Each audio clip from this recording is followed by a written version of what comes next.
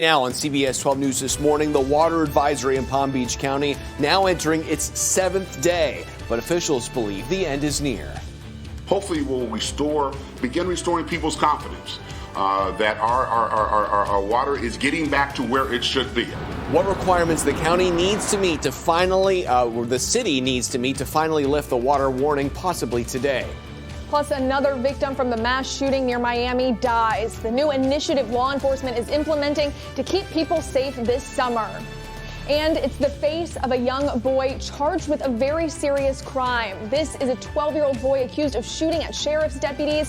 What's next for him? And we'll update you on his 14-year-old friend who was shot during the gunfight. You're watching CBS 12 News This Morning, the one to turn to. Happy Friday, everyone. I'm Sam Kerrigan in for Ashley Glass this morning. And I'm Matt Lincoln. We are tracking some rain and also learning the Colorado State University has updated its hurricane forecast. We have an update, so let's get to meteorologist Lauren Oleski. Anything big here, Lauren? You guys going on vacation? You see that cruise behind you? I know. You out? The Classica is here at the Port of Palm Beach. Like you're right there. Yes, so Colorado State University has updated their hurricane forecast. They do this a lot throughout the season, but now that the season has officially gotten underway, they've made a very minor tweak. They're upping it to 18 named storms. That does include Anna, which we already did have develop prior to June 1st. So that's why they just tweaked it by 1. Still tracking storms that are really rain now that are moving on shore. Heavy downpours up and down the immediate coastline of Martin County right now. A little rain moving through inland Palm Beach County, dry in Okeechobee and most of Indian River County this morning. So much of the same out there with a partly cloudy to mostly cloudy sky depending on location. But more showers just kind of moving on shore for the morning. Temperatures in the 70s along the coast. We've dropped to the 68 degrees in Indiantown. This is the day ahead for you in Port St. Lucie. Your high temperature heads to right around the mid-80s, like everyone will be doing so today and like we've been all week long. You'll notice the icons at the bottom of your screen here. We're going to see those scattered showers and partly cloudy skies, maybe an isolated thunderstorm or two throughout the day. Once again. Now, drier air will eventually be moving in and lowering our rain chances. We'll talk more about when. That's still ahead. Matt, Sam. Thanks, Lauren. 6:02, and we are taking a look at our roads this morning along the Treasure Coast right now. In great shape here through Vero Beach, I-95 running up to speed for you. And our traffic tracker out on I-95 in Palm Beach County. This is a look for you as we make our way north through West Palm Beach. We are not tracking any crashes or delays right now on our major highways or on our side streets. Well, 6:02 and new this morning, thousands of Palm Beach County residents are still not able to drink tap water. A water advisory remains in effect for the 7th day in a row. But that could change today as West Palm Beach city officials say the latest water testing results look promising. Our Kara Duffy's been following the story for us all week long in the live desk. Kara, what now needs to happen for the city to lift the advisory today?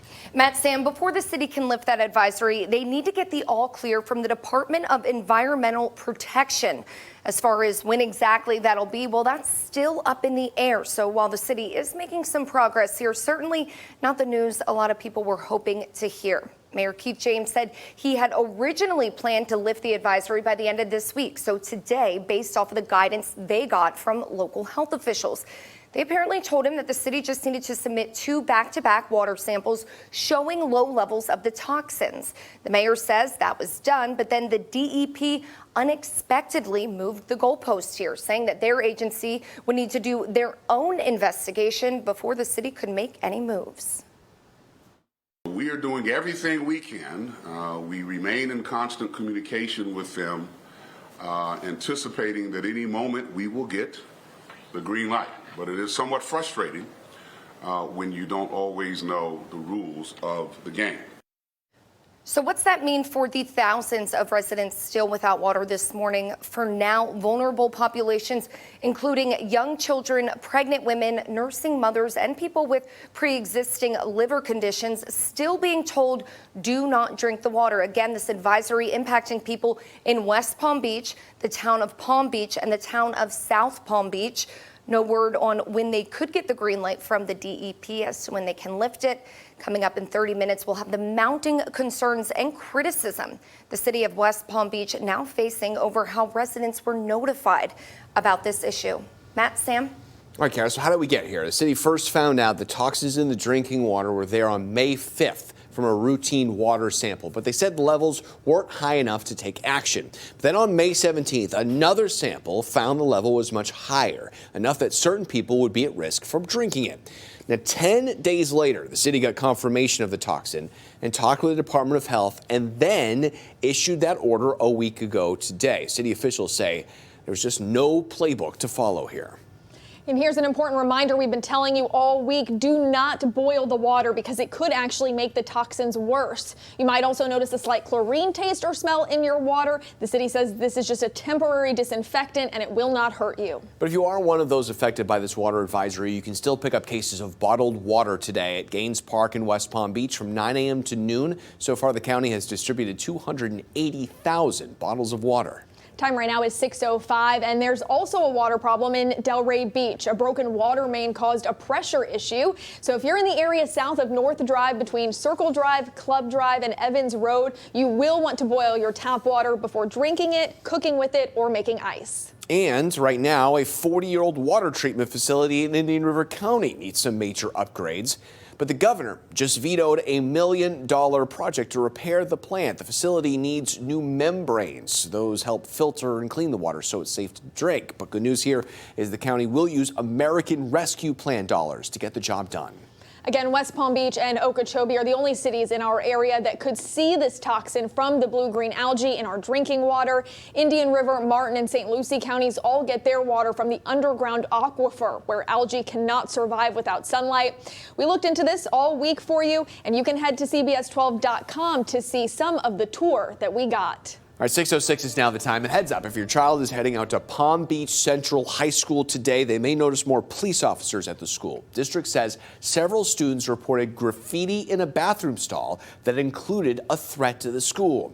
Now, district does not believe this is a credible threat to students and staff on campus, but they want to take all the precautionary measures possible.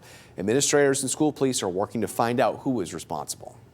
Palm Beach County School District Police are asking for your help finding a missing teen. Take a look at your screen right now. This is Cendric Devin River. He was last seen leaving Tradewinds Middle School in Green Acres on May 25th. The 13-year-old was wearing all black with black and yellow Nike sneakers. School police say Rivers has run away before and may be in Lake Worth Beach. You're being asked to call school police if you have any information. 6:07, and this morning we are learning a third person has died in result of the mass shooting outside Miami this weekend.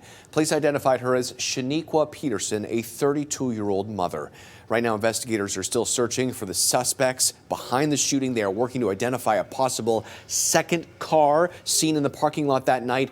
The three suspects here also in the stolen white Nissan Pathfinder who fired shots at the crowd. There's a $130,000 reward for any information leading to arrests.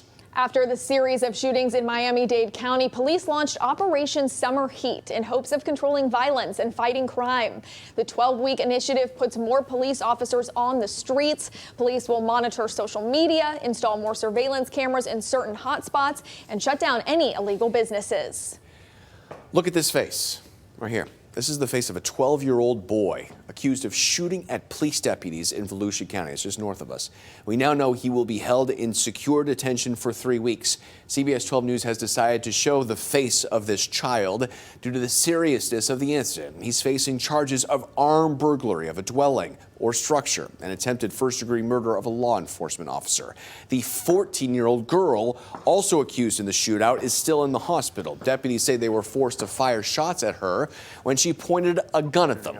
Deputies say the kids ran away from a foster home and broke into a house near Deltona. That's where they got their hands on 3 guns and started firing dozens of shots at deputies for over an hour. The teen accused of killing his younger classmate in St. Johns County pleaded not guilty on a charge of first-degree murder. 13-year-old Tristan Bailey disappeared earlier this month. Authorities found her body later that day and say she had been stabbed to death. Investigators say surveillance video showed the 2 teens walking together the night of her disappearance, but later that night, Fucci is seen walking back alone. His arraignment is next week. And you can track crime in your neighborhood with Alert Nest. Head to CBS12.com, use the tab in the top left corner and click on Alert Nest under News. Put in your city and you can find information about crime in your area. You can also download the Alert Nest app from the App Store.